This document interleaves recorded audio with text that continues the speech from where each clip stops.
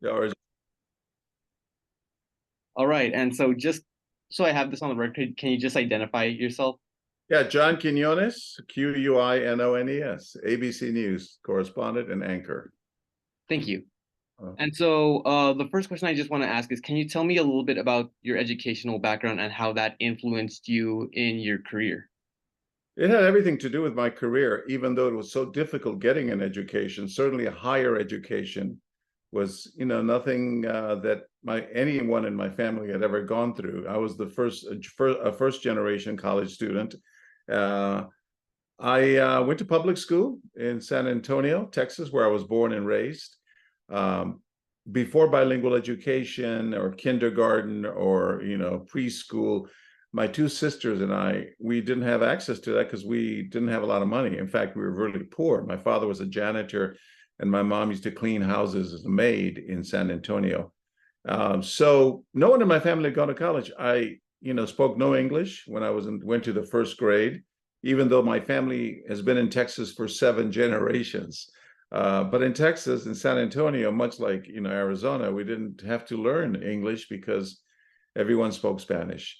Um, I managed to get through public school pretty well. There was one English teacher who inspired me, who said you should join the school newspaper when I was in the 10th grade at Brackenridge Elementary. And Mrs. Gutierrez, Teresa Gutierrez, uh, introduced me to the teacher who ran the newspaper at the school. And I was hired as a reporter. So I've been doing this since I was 13 years old. And as for higher education, I wouldn't have gone to college had it not been for a program called Upward Bound, which is one of the trio programs that the government offered. It started in the 70s, and it was an effort to help kids from the inner city, impoverished kids, get extra courses on Saturdays while they were in high school, and actually live on a college campus during the summer to better prepare them for application to a college entrance. And thank God for Upward Bound. It was a free program. It's still in effect today. I'm one of their poster children. uh, and basically, they gave me extra courses when I was in the 10th grade and 11th grade on Saturdays. And during the summer, I got to live on a college campus for 6 weeks. So it got me used to the idea that maybe I could make it in college, right? And because of Upward Bound, I got into St. Mary's University in San Antonio, where I got a degree in political science. And I was always interested in broadcasting, so I got an internship while I was in college at a radio station. And then I moved to another radio station while still in college. And then I moved when I graduated from St. Mary's with a bachelor's in political science and speech communications. I moved to Houston, where I got a job at another radio station, but no one would hire me in television. I wanted so badly to get into television news, and no one in Texas, my home state, would hire me. And I was depressed and bummed out. I was making $800 a month as a radio reporter, and half of that went for my rent. And I didn't know what I was going to do. I thought maybe of going to law school and giving up journalism. But I met a woman who had gone to Columbia University, the Graduate School of Journalism. And she said, John, don't go to law school. You're going to be bored. You're not a lawyer. You're a storyteller. I can tell that. You have it in it's a passion that seems to burn on you. And she just knew me for a few hours. And she said, if you want to go to Columbia, I'll write a letter of recommendation for you. So she did. And I got accepted into Columbia's Graduate School of Journalism in New York. So I got to live in New York, this Texas kid from the barrio, and I loved it. And it was with that master's degree from Columbia that I got my first job in television in Chicago, which is unheard of. You don't start in a major market like Chicago. You start in McAllen, Texas, or Peoria, Illinois. But because of that Ivy League school degree, I was able to start working for CBS. And then based on an audition that I did also that did pretty well, and they took a chance on me.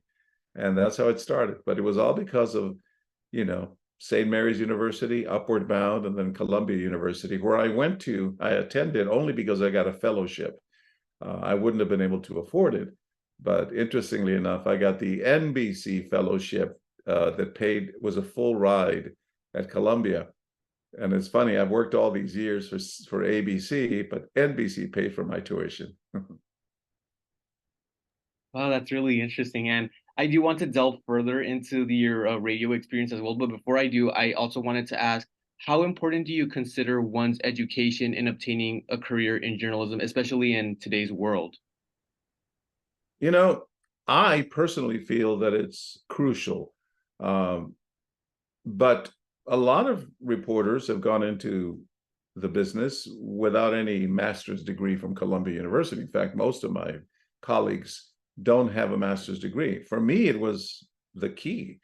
But maybe it's because I had no other options. Other reporters are able to get a job in TV and start there or at a newspaper with a regular college degree.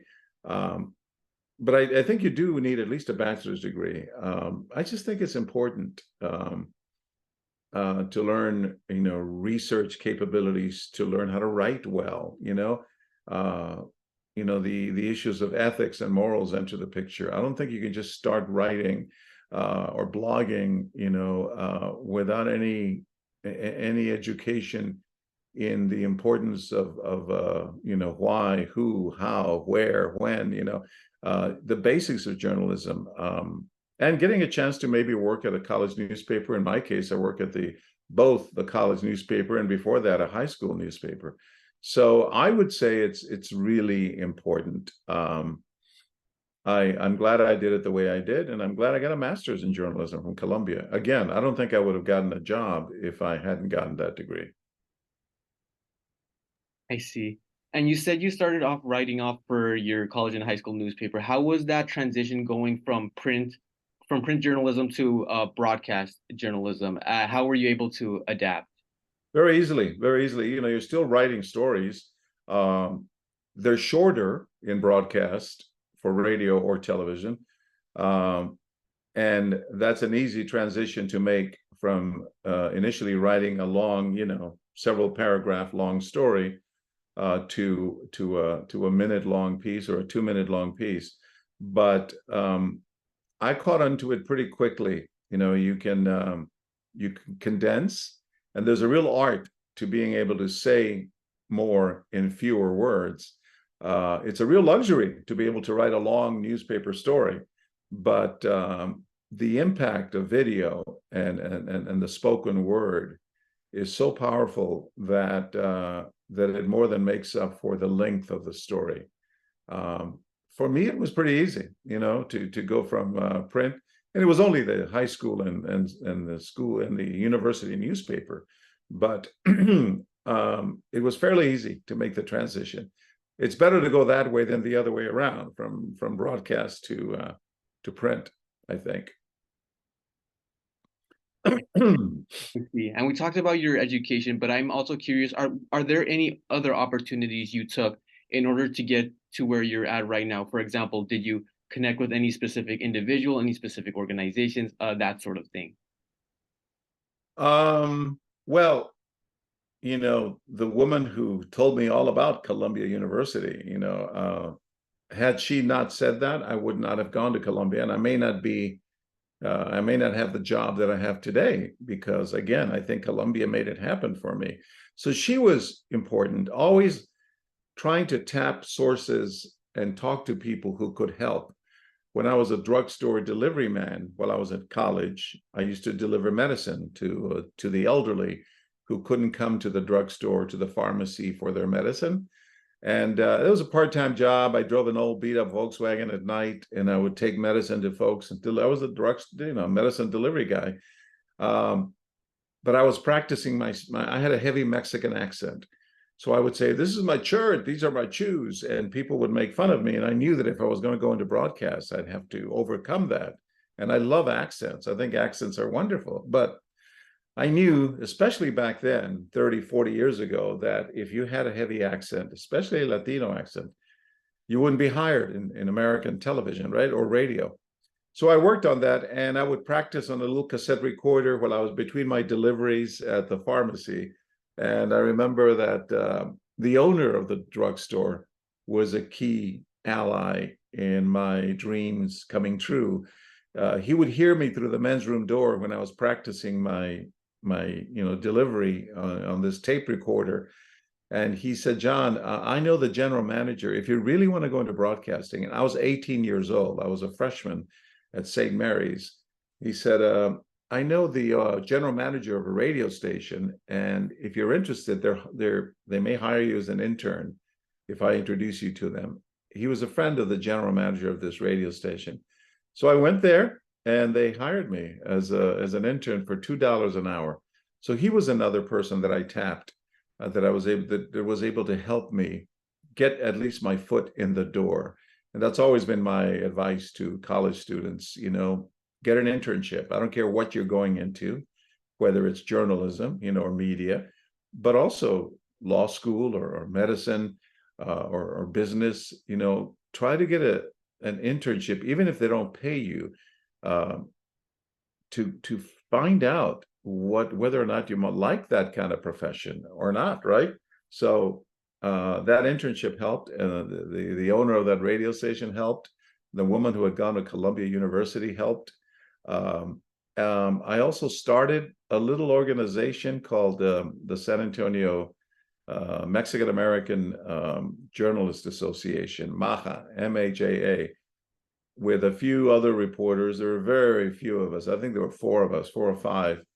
And that camaraderie and trying to help each other also at least gave us some support, Not that it led to jobs, because I don't think anyone was paying attention to these 4 Latinos in San Antonio, but at least there was that camaraderie and trying to pursue a dream.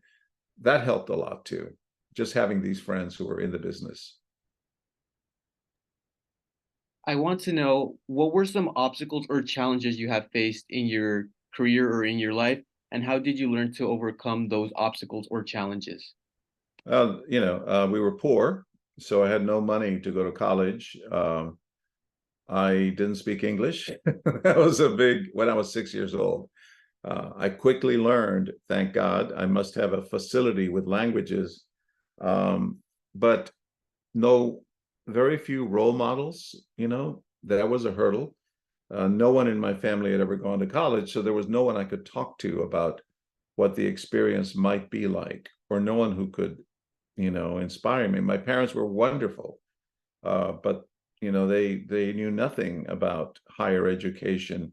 They were supportive, but, if my mother had her way, she would rather I be the general manager at the Target in San Antonio, because I would be close to home, and Latino families were very tight-knit. She didn't like me going away to college, and in fact, I think that was a bit of a travesty, because they really didn't encourage my sisters to go to college, because again, in a Latino family, too often, the girls, the young women, were not expected to get a degree, certainly not back then. Thank God times have changed. I had to push my way with my mom to let her understand the importance of me wanting to go live on a college campus somewhere, even if it was just 45 minutes away. So the hurdles were the hurdles were poverty, the lack of role models, not mastering the English language, and not knowing anyone in the business who could help me. I remember I would go to radio station broadcasts, on location, waiting around the trailer where these radio announcers or disc jockeys would be broadcasting live from. And it was so exciting to me, because I would listen to the radio. I had a little transistor radio, and I would listen, and I loved, broadcasting. And I would wait outside the trailer for them to come out and maybe give me some advice, and hardly anyone ever did. And there were very few Latinos in the business back then. So that was heartbreaking. Those are tough hurdles to overcome, but I never stopped believing in myself, and I never stopped asking for help. Upward Bound made it possible for me to get into college, but then I had to pay tuition, right? So I asked for grants or loans or scholarships or fellowships for work study. I just kept pushing away. There's always a way, even at Columbia. When I was accepted to this wonderful graduate school of journalism, the best in the world, I think, I had to go knock on every financial aid door in New York, saying to them, listen, I've been accepted to your wonderful program, but I need help. I can't afford it, you know? And I wound up getting that fellowship. So there were a lot of hurdles, but I learned important lessons from that poverty, from that hard, tough life. We were migrant farm workers when I was 13 years old. And I remember being in Ohio picking tomatoes with my father at 6 in the morning, looking at a row of tomato plants that seemed to go on for miles and miles. 6 in the morning, our knees on the hard, cold ground. And my father, Bruno, saying, "Hey, Juanito, do you want to do this kind of work for the rest of your life? Or do you want to get a college education someday?" I was 13, but at least he told me that. He wanted me to have a better life. And it was a no-brainer for me. I knew that I didn't want to do that kind of back-breaking work for the rest of my life, but no one believed in me. When I came back to school and I would ask my teachers, they would say, "That's great, Johnny, that you have this dream of someday being a TV reporter, but we think you should try wood shop or metal shop or auto mechanics, you know? There's nothing wrong with those trades, but I want to go to college." And my own teachers would, you know, were kind of asking me, "What gives you the audacity to think that you're college material? You don't have any money. Your grades aren't that great, you know? No one in your family's going to college. You know, what gives you the audacity to think you're college material?" And it was heartbreaking. But then along in the 10th grade, along came that English teacher who said, "I love the way you tell stories. I love the way you write essays for English class. I want you to meet the man who runs the school newspaper." And she introduced me to Mr. Harris at Brackenridge High School. She happened to be Latina, Mrs. Gutierrez, Mrs. Teresa Gutierrez. Maybe if she hadn't opened that door for me, I wouldn't be here either. So there were a lot of allies that helped me along the way, and a lot of hurdles. I see.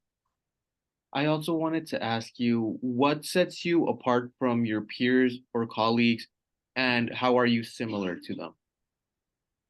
I think any reporter wants to change the world. I'm similar in the sense that I want to make the world a better place, whether you're doing a story on racism or discrimination or injustice, or whether you're doing a story on, you know, global climate issues.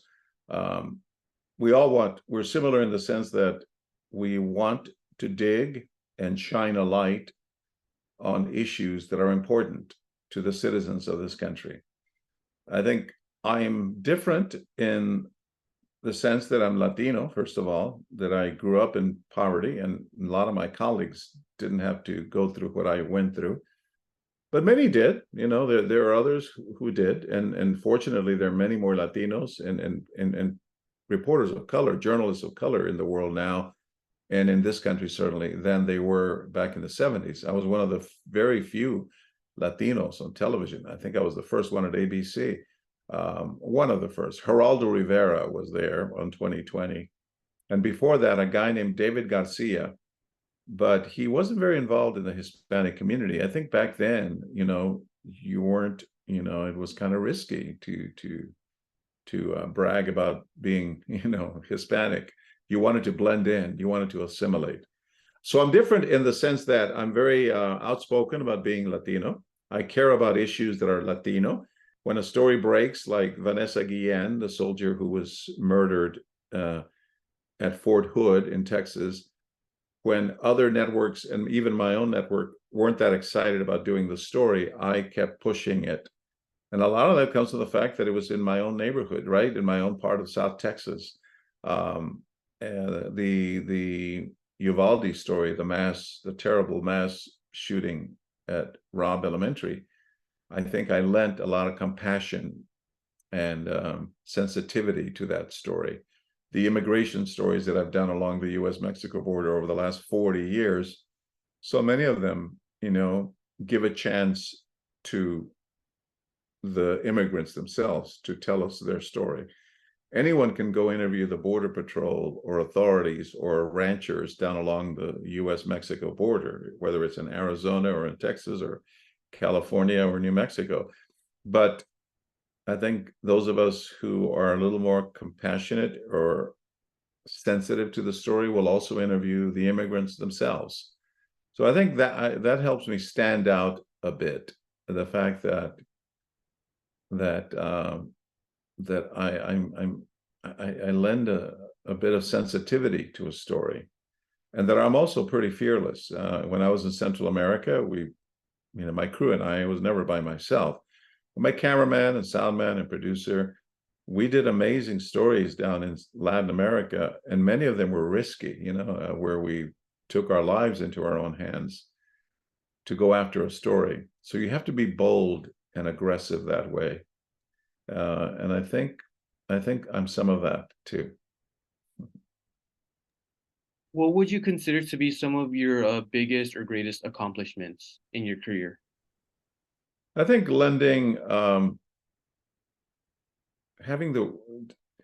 writing stories and doing reports that shine a light on issues in a way that no one else has shined a light on issues, like the immigration story, like the wars in Central America, in Nicaragua and El Salvador, which I covered extensively.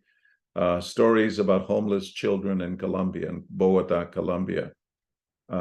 Stories on children who pick and harvest sugarcane, Black children in the Dominican Republic. All these stories won Emmy Awards. And I guess, not that an Emmy defines great work always, but it certainly is an indication of something you've done well. I guess my greatest to date bit of reporting has been in Uvalde, where ABC made a commitment to spend a year when all the other journalists came and left after a few weeks.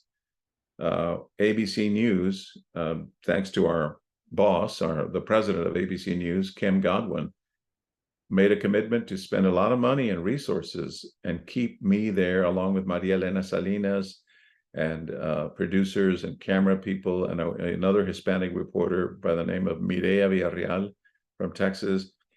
And we were able to do 250 stories in a year there. We kept asking questions. We kept putting the heat on the authorities about why this happened and how it was allowed to happen. So I'm proud of that. I think those are some of my greatest accomplishments as far as storytelling goes. And when you pursue these stories, when you tell these stories, what do you look for? How does that process work out for you when you start looking and investigating and reporting these kinds of stories? You basically want to ask the questions that the man on the street or a woman on the street want to hear, what regular Americans want to know about this issue. 3 points of the issue, like if it's immigration, yeah, you talk to the migrants, but you also talk to ranchers who are affected by undocumented workers in that area. You try to just be as open-minded as you can. So just listening, I think, is the greatest quality you can have as a reporter. Yeah, we ask questions, but we also have to be able to listen to what people are telling us, so that then we can let them, express themselves and more fully tell their story.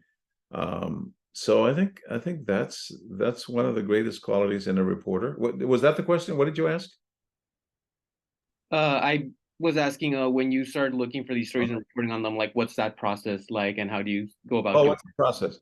Well, today, as a network correspondent, I have a producer who will call me and say, John, we want to do this story. And they will already have started the process. I can agree to it and or say, I'm not interested in doing that, but I usually say yes. So we have a lot of help at the network television network level now. Producers have a lot, they're the reporter off camera. So they start making phone calls. They might go to the scene of wherever the story's happening and start the process. They will also, they will enlighten me and send me research material before I get there so I can read up. They might even have some suggested questions that I can ask during the interview. They set up the camera crews, the hotels. Everything now is a bit easier for me. When you're starting out as a local reporter and you don't have access to those resources, then you have to do it all on your own. There's camera people, men and women, and who are out there hustling away, carrying the camera themselves and filming the interview themselves, in addition to being on camera and asking questions. But But the process now is pretty elaborate. When I do a story for 2020, we'll take months of research on a story.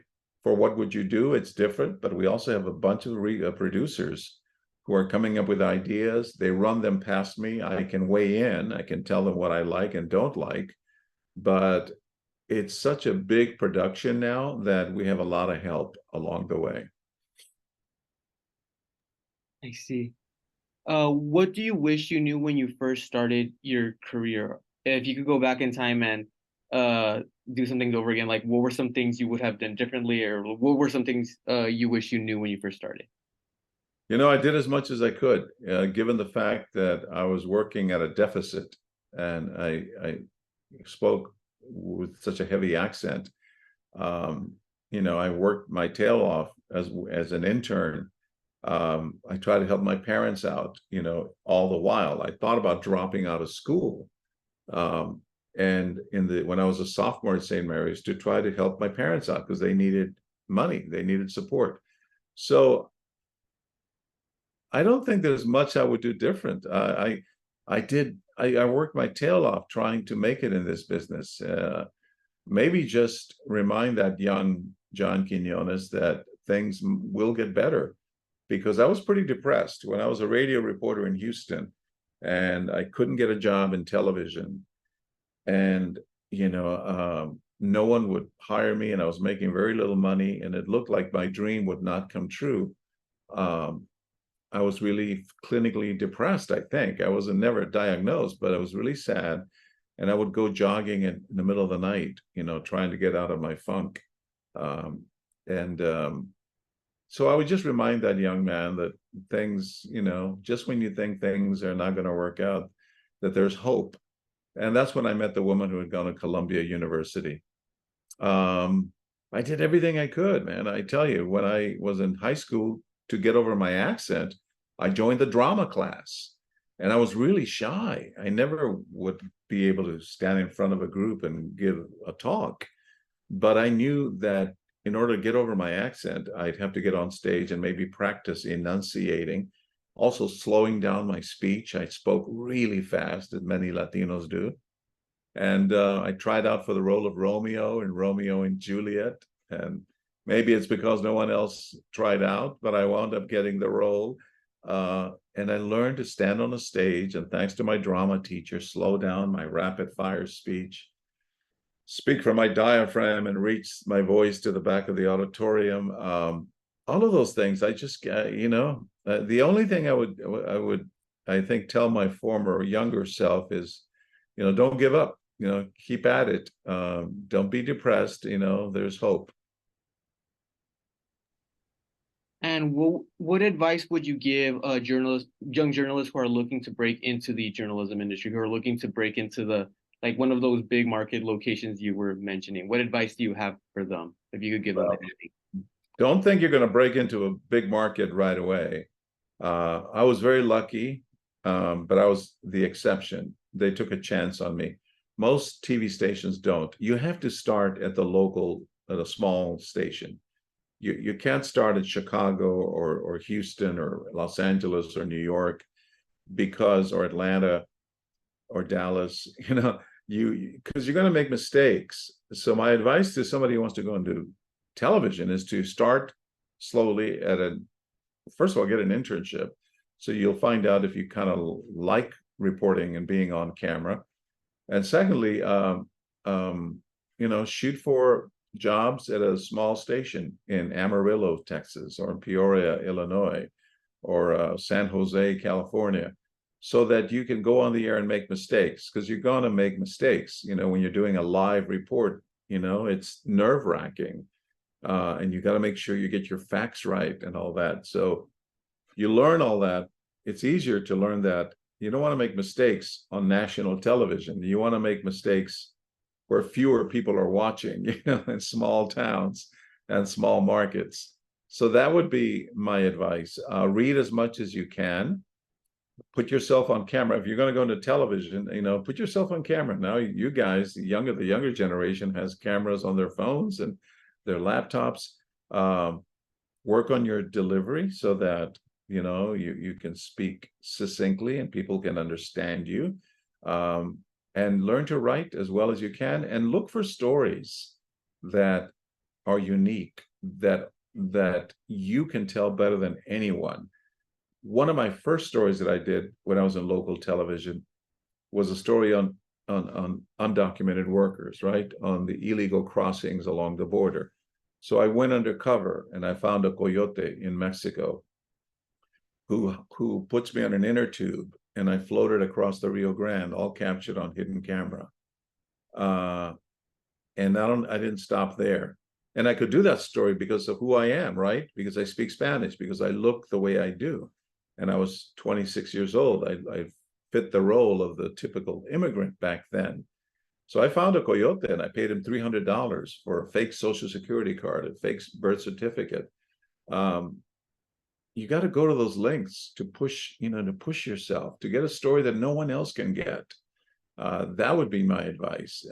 If you're a woman, a young woman, do stories that as a woman you can do better than John Quiñones could do as a man, because you have certain sensibilities and you understand certain things, and someone might be able to open up to you more than to me. If you're a gay person or anyone from the LGBTQ community, you can go into places where people will be more comfortable talking to you than they might be to other reporters. If you're Black, if you're Muslim, if you're Jewish, if you're Mexican, in my case, I was able to go into Latin America and get people to open up simply because of the way I look, and because I understand, the language and the customs.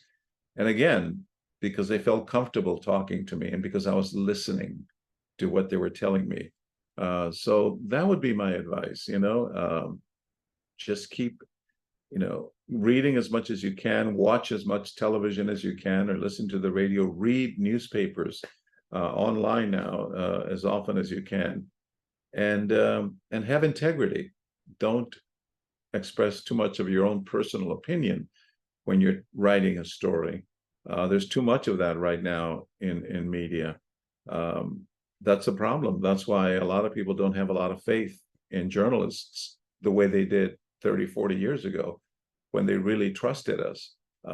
Now people are expressing their opinions on different channels online, and I worry about how young people are getting their news.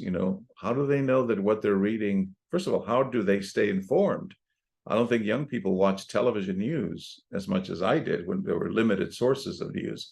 You came home at 5:30 and you would watch CBS, NBC, or ABC, or CNN, and that was it.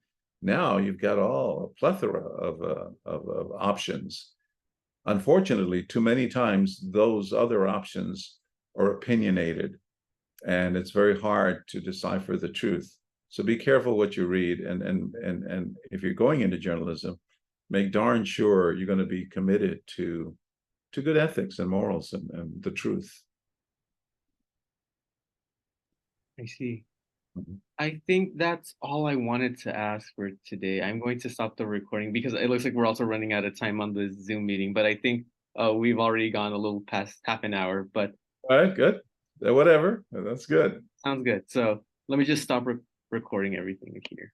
Give me Okay. 1 second.